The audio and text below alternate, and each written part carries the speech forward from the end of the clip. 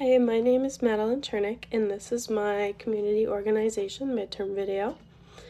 Just to be fully transparent, if you see my eyes go to the side at all, I do have a little script here that I've prepared on a Google Doc, just because we're going to be talking about a lot of questions and topics in this video. And then also, this might not be a super aesthetically sounding video because I am a little bit sick, but that's totally okay. I guess let's just get right into the first one. Alright, so just to get right into it, the first question that I chose to discuss is define community organizing and discuss how it differs from other forms of social activism, such as advocacy or social work. So to start off, community organizing is something that I would like to define as an incredibly powerful way of bringing about a change or addressing issues when people are brought together to, share their voices. When people are united with a common goal, they become immeasurably more powerful. Now, just as an example, if you're walking down the sidewalk one day and just one random person comes up to you with their clipboard and they're like, "Please stop, I have to share this idea with you." Are you going to stop and listen and give them their time and sign their clipboard? Maybe, maybe not. But now, what if the same person comes up to you with their clipboard, same idea and everything, but this time they have a whole community behind them, supporting them. All their voices are together, they all want the same thing. Are you more likely to stop and listen to the individual or to the individual with all this support behind them?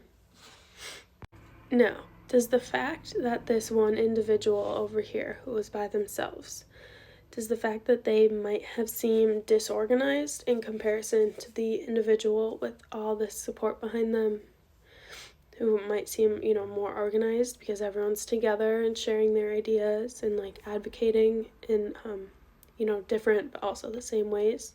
Does that make a difference? I think it does. And unfortunately, in today's day and age, one of the best ways to achieve results is to get the people in power to listen is to see communities banding together when they want to achieve a common goal, because it's so easy to ignore that one person. You can just walk right by them or just, anything. It's so easy to ignore that one person.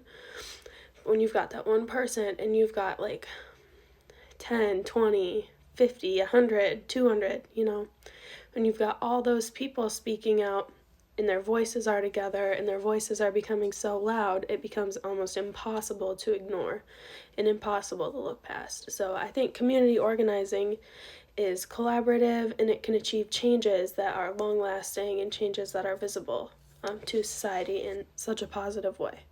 Social activism, on the other hand, is still another very important way of voicing ideas, voicing opinions, and making changes. But social activism can sometimes have a broader scope than community organizing, or it can have a smaller scope, if that makes sense. I'll get into that a little bit more.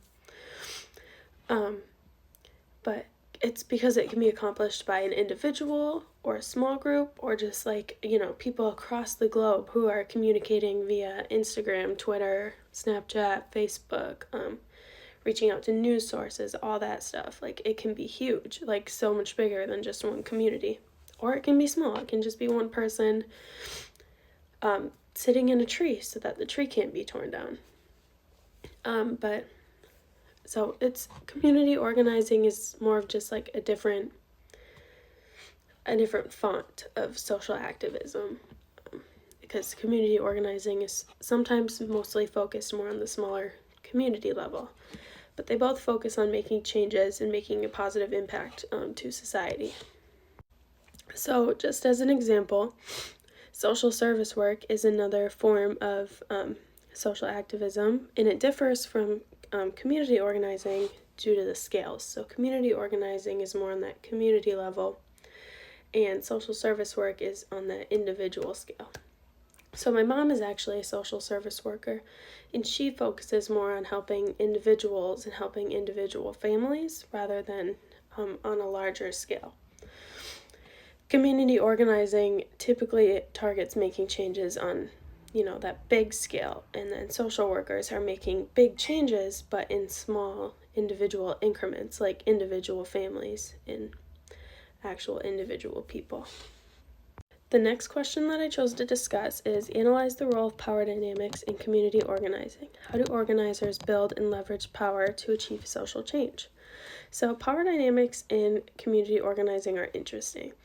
Everyone that is involved in this organization is there because they believe in the same goal and they want to make a difference and they want to see that change happen. But if there's not an individual or a group of people helping to make that change and organize all of these different thoughts and ideas, is it going to be successful? When there's a large group of people together, no matter the intentions, it can easily become chaotic and disorganized, and everyone just gets lost very quickly. So having a leader can help filter through all these ideas and opinions and decide which ones would be best utilized to make the biggest impact for the cause, because ultimately that's the goal, to make the biggest impact for the cause. Another different way that community organizing has a power dynamic is that as the group becomes larger, they hold more power. As I touched on previously, a large organized group is more likely to be listened to than an individual. So organizing as a community and combining multiple voices to make one large voice and express a goal, that can be very powerful. It's hard to ignore a mass group of people whose main goal is to make themselves heard and make a difference. So as an organization grows, their power grows along with them. And I think that's one of the most important parts about community organizing. We've realized that changes are made quicker and on a larger scale when we hold more power through our voices and our masses and our numbers. And then the last question that I chose to discuss is, what are the limits of community organizing? Are there issues or situations where organizing alone is insufficient to create a lasting change? So community organizing does have some limits, funding being one of them. If money is not being fundraised, donated, or earned, it's so much harder to organize events, maybe even impossible. So if events are not being coordinated, it's so much harder to get the word out about the movement and so much harder to recruit other people to join. So holding educational events in the community is a big way of spreading awareness. And if you don't have money, it's so much harder to do that. And community organizing also requires its members to put a lot of their own time and money and effort into the cause. So a limitation would be needing dedicated, committed members into the organization in order for it to be successful and, flow very smoothly.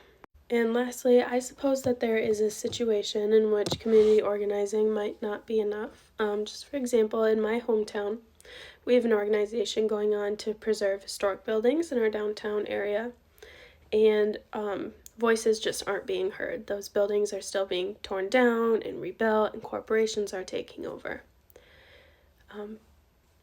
So community organizing just hasn't made a big impact in that case for us yet.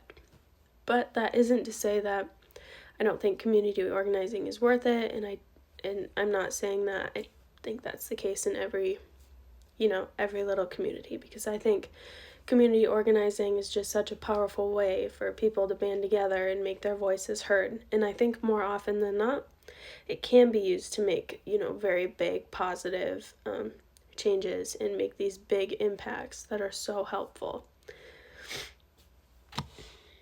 And that will conclude my midterm video. Thank you so much for taking the time to listen to me and for putting up with all my sniffling and all that. So, thank you.